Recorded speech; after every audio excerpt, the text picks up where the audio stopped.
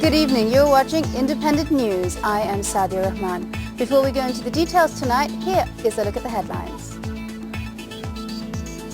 Bangladesh honors 61 foreign friends for their outstanding contributions to the country's War of Liberation in 1971.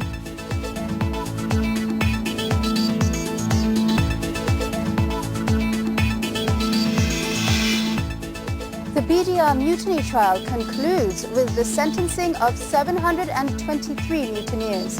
Of the convicts, 64 were given the highest prison term of 7 years.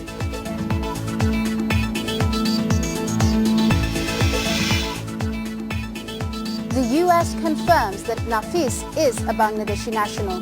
The Bangladesh ambassador in the US pledges all legal support until Nafis is proven guilty at court.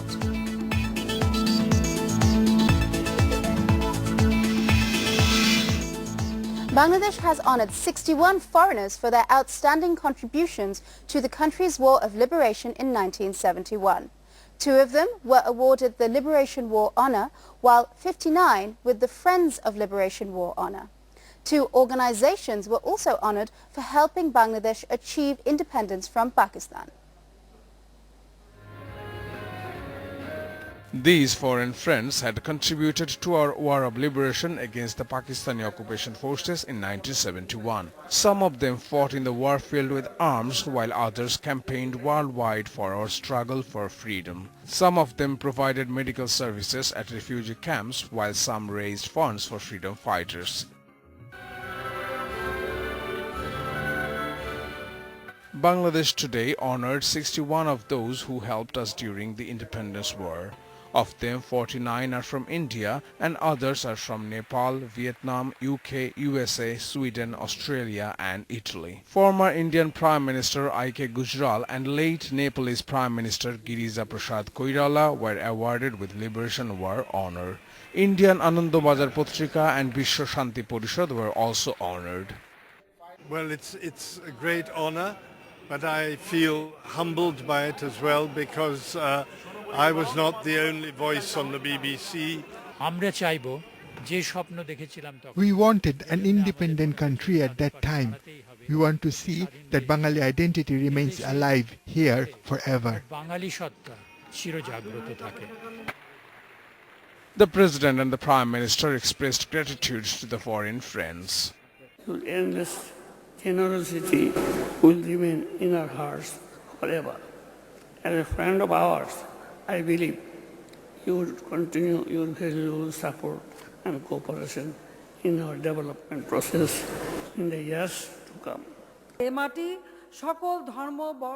People of all faiths, castes and professions enjoy equal rights on this soil. We will build Bangladesh as a peaceful country in South Asia.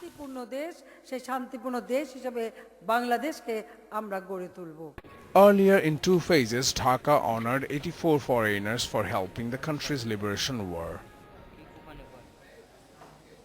A border guard Bangladesh court has jailed 723 soldiers of the Shodor Rifles Battalion for different terms in the 2009 Pilkhana mutiny case. 64 of the convicts were sentenced to the highest prison term of 7 years. The Special Court 9, led by Dhaka Sector Commander of the BGB, Colonel Mohammad Ihya Azam Khan, handed down the verdict at the force's Pilkhana headquarters in the capital today. It was the verdict of the last case filed over the Pilkhana mutiny. Of the 733 accused, 10 were acquitted, while 64 were jailed for 7 years each, and the rest were sentenced to varying prison terms. 57 cases had been filed against 6,046 people under the BDR law over the mutiny that killed 72, including 57 army officials in February 2009. And on to the ACC. The Anti-Corruption Commission has arrested Destiny Group Director retired Lieutenant Colonel Didarul Alam in a money laundering case. The ACC, with the help of the Kafrul police, arrested him from his Mohakali DOHS office today. Didar was later taken to the Commission office for interrogation. The ACC also interrogated detained Destiny Managing Director Rafiqul Amin and Chairman Mohammed Hussain over the alleged laundering of about 35 billion taka by swindling investors. Meanwhile, the anti-graft watchdog questioned Hallmark Group's chairman, Jasmine Islam, and former manager of Sonali Bank's Rupushi Bangla Hotel branch, Azizur Rahman, over the Hallmark loan scam. BNP chairperson Khaleda Zia has returned home after a week-long visit to China. She landed at Hazrat Shah Jalal International Airport in Dhaka on a Thai Airlines flight at about noon today. The BNP leader Maudud Ahmed and other senior leaders welcomed her at the airport. Khaleda left Dhaka for China on the 14th of October at the invitation of the Communist Party of China. She met Chinese Vice President Xi Jinping and other top leaders during the visit.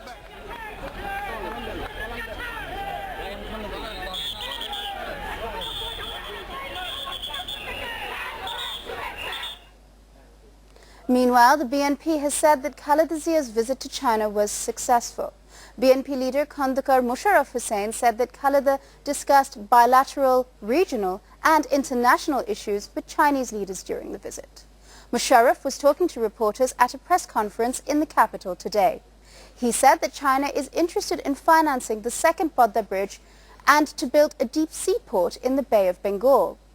The BNP's chief Press Secretary Maruf Kamal Khan said that Khaleda Zia will go to India on a week-long visit on the 28th of October at the invitation of the Indian government.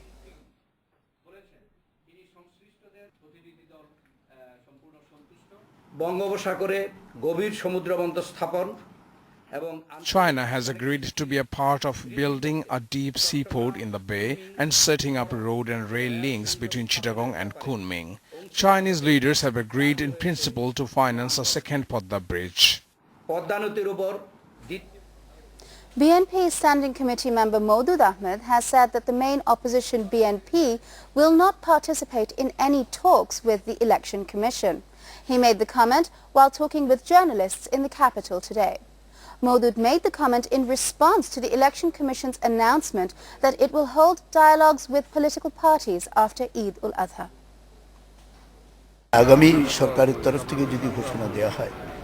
Our decision will depend on the government's stance. As far as we understand, the Election Commission has invited us for talks about elections in accordance with the current constitution. We can't participate in such talks. It's because, according to the constitution, elections will be held under a partition government, which is not acceptable at all.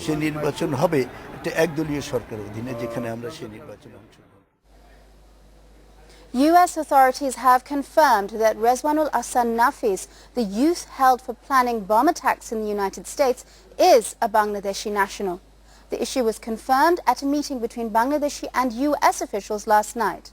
The Bangladesh ambassador to the U.S., Akramul Kader, says that Nafis will be given all kinds of support until he is proven guilty at court. After a meeting with U.S. officials, Bangladesh ambassador to U.S. Akramul Kader informed independent television over telephone that it has been confirmed by the U.S. that Nafis is a Bangladeshi national. We have received a copy of the allegations brought against Nafis. We have also received a photocopy of his passport. We have checked the documents which were genuine. There is no doubt that he is a Bangladeshi national. Akramul Kader also said that all types of support will be extended to Nafis until charges against him of plotting a bomb attack on the U.S. Federal Reserve building is proven. We will continue to consider him as innocent as long as he is not proven guilty. We will provide him with all necessary support as an innocent Bangladeshi citizen, as it is our duty. As a Bangladeshi national, he deserves that. The Bangladesh ambassador requested U.S. officials not to show any malevolent attitude towards other Bangladeshis living in the U.S. because of the alleged plot of one individual. The FBI arrested Nafis on Wednesday for an alleged attempt to blow up the U.S. Federal Reserve building. Welcome back to Independent News. Energy experts have criticized Petrobangla claims of discovering 8 more gas layers in the Titash field. They said that the Petrobangla is confusing the people. However, Petrobangla officials say that they have reached the decision after gathering adequate data through three-dimensional surveys. State-owned gas exploration company BAPEX ran a 3D survey in 335 square kilometer area in and around the Titash gas field to determine its actual reserve. Petrobangla recently announced that beneath the existing 10 layers, they have found additional gas reserves in 8 of 13 other layers. Experts, however, expressed their disagreements with these Petrobangla claims. The Petrol Imaging Department of Buet said long ago that it is a field with around 9 to 10 TCF reserve, but our own geologists challenged that claim. There is no way to claim that gas reserves have been found as long as gas cannot be extracted through drilling. Such acts are misleading. It can only be claimed that a structure has been discovered where gas may be found. We have thoroughly studied the data and seen that reserves have increased by around half TCF. Petrobangla says that 2 of the newly found 8 layers are within a depth of 7,000 feet. The depth of remaining layers ranges between 18 and 21,000 feet. Experts say that gas cannot be extracted from such depths. We do not have the experience of extracting gas from 1800 feet beneath the ground. BAPEX or foreign companies do not have any such experience. Extracting gas from a depth of 7 kilometers is nothing impossible. Gas is extracted from even lower depths. If some experts claim it is impossible, he can't be called an expert at all. Around 3.5 TCF gas has been extracted so far from the Titash gas field, which was discovered in 1962. From 10 layers, a total of 450 million cubic feet gas is extracted every day. For more news, I'll hand over to Adnan Hussain. Over to you, Adnan. How are you? Well, thanks. Very nice. The Durga Puja starts today. I know, fantastic. Festivities? Absolutely. All right. Durga Puja, the biggest religious festival of the Bengali Hindu community, began across the country with Mahashashti Puja today. Idols of Durga, the goddess of power, have been installed on special altars of around 28,000 puja venues, including 201 in the capital. According to Hindu mythology, goddess Durga descends to earth on the occasion at the invocation and supplication of the devotees to destroy evil forces. The 5-day festival will end on the 24th of October with the immersion of idols in the river or other water bodies. Meanwhile, law enforcement agencies have taken special security measures to ensure foolproof security to avert any unwarranted incidents during the puja days.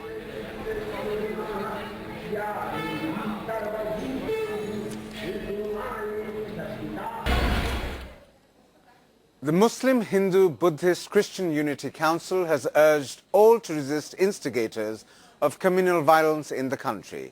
The members of the council also demanded trial of the perpetrators of the Ramu violence. The council leaders made the demands at a human chain in the capital today. They alleged that a vested quarter instigated the Ramu violence to destroy the law and order situation in the country and to tarnish the country's image abroad. They also demanded exemplary punishment to the persons involved in the attack on the Buddhist community in Chittagong and Cox's Bazar. Gona Forum President Dr. Kamal Hossain has demanded a parliamentary probe into the recent violence in Cox's Bazar. He also said that an emergency parliament session should have been convened to discuss the situation. Dr. Kamal made the comments at a program in the capital today. On a different note, the notice jurist said that the prosecution should hold regular briefings on the updates of the war crimes trial. He added that this should be done in order to inform the world about transparency and fairness in the trial. The Gona Forum president also urged the government to disclose if any conspiracy is being hatched against the war crimes trial.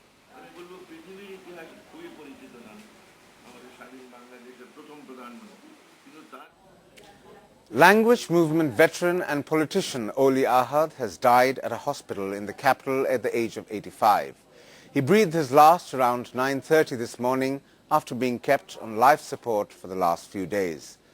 From the hospital, the body of Oli Ahad was taken to the central Shahid Minar premises, where people from all walks of life paid their last respects to the language movement hero. Ahad's first funeral prayers were held at about 2 p.m. His second funeral prayer were held at Baitul Mokarram National Mosque in the afternoon. Ahad was later buried at Borani Graveyard.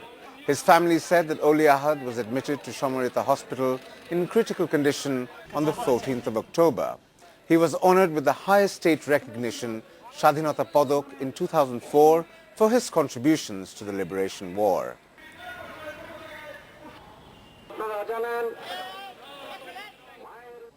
And now on to the international news. The Israeli Navy has thwarted the advance of a pro-Palestinian boat attempting to reach Gaza in defiance of the Israeli blockade of the territory. Israeli Navy ships have diverted the boat named Estel to nearby port after passengers refused to steer the vessel off its course. A spokeswoman for the Estella said that armed and masked Israeli soldiers boarded the boat and cut their communication. She condemned the siege and termed it a demonstration of ruthlessness. The Swedish-owned Estel left Naples of Italy on the 7th of October carrying items like cement, basketballs and musical instruments. Now an update on yesterday's blast in Lebanon. Lebanese opposition leader Saad Hariri has directly accused the Syrian government of being behind the car bombings in Beirut that killed 8 people and wounded dozens more. The head of the Lebanese National Police and Security Force, Wissam al-Hassan, was among the dead and is believed to be the largest of the attack.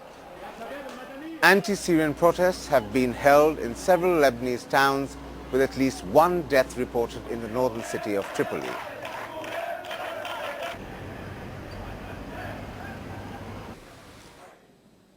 "24 schoolgirls and 2 other people were killed in Iran as a bus overturned and crashed into a valley in the southwest of the country today. 14 passengers survived the accident late yesterday on the road in Khuzestan province. State televisions quoted a police official as saying that the driver was speeding on a slippery road under the rain. Iran has one of the world's worst traffic safety records, with more than 400,000 accidents and about 20,000 deaths on its road every year.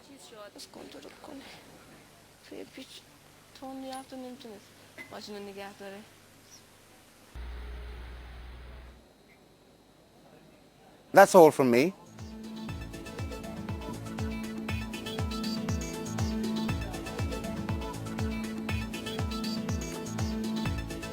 You can get more news and update from independent television through your mobile phone. For breaking news, go to your mobile message option, type *B and send to 16232. For daily news updates, type *DN and send to 16232. You can also call 16232 from any operator to listen to the latest headlines in Bangla.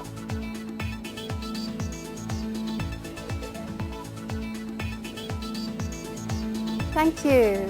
That's all from us for tonight. Thank you for watching Independent News.